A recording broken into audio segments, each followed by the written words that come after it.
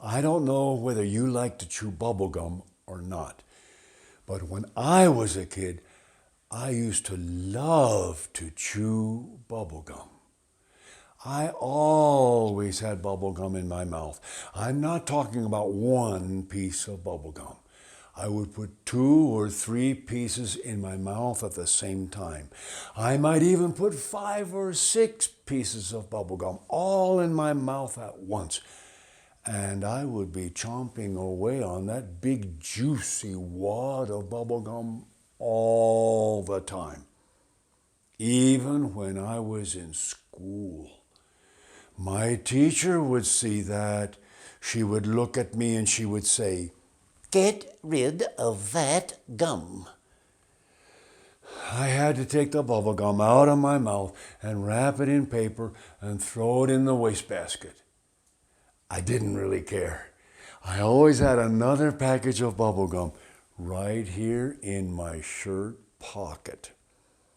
But my mom was the one who would really get mad because I would forget to take the bubble gum out of my pocket.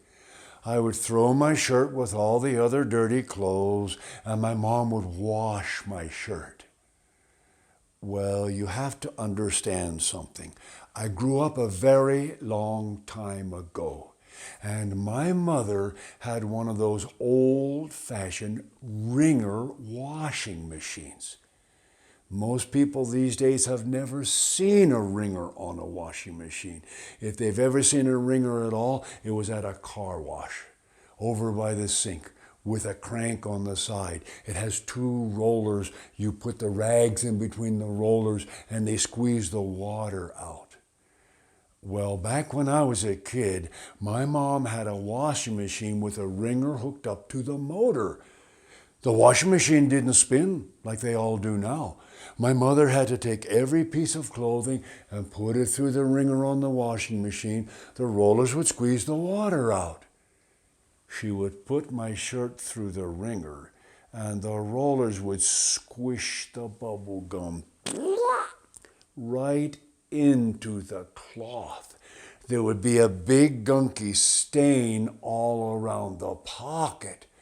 And my mom would say, "Oh no, look at this. You ruined another shirt." But one day something happened and it changed her mind. She never got mad at me again for keeping bubble gum in my shirt pocket. That is because one day I was walking around out in the desert. I was chomping on some bubble gum.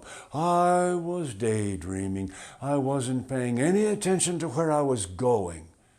And I stepped right on a rattlesnake's tail. Well, the snake couldn't rattle and warn me because I was standing on its tail. That snake didn't worry about giving me a warning. It came striking up through the air, and it was aiming its fangs right at my heart. And the rattlesnake hit me right here. And that's where I had some bubble gum in my pocket. The rattlesnake's fangs stuck in the bubble gum. There I was, with my foot on a rattlesnake's tail and his fangs stuck here in my shirt pocket. He was thrashing all around and whipping up against me. I was so scared I couldn't even move. I just stood there looking down into his beady little eyes. Those beady eyes were looking hate right back at me, and the snake was moving his jaws up and down. He was trying to get his fangs out of the bubble gum so that he could get back at me and he could really bite me good. But of course, as he was moving his jaws around, trying to get his fangs out of the bubble gum started getting softer and softer and softer. And then the next thing I knew, there was a little pink bubble coming out of the rattlesnake's mouth.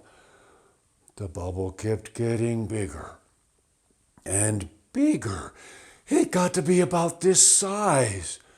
I took a deep breath. I got up all my courage. I brought my hand up and pop!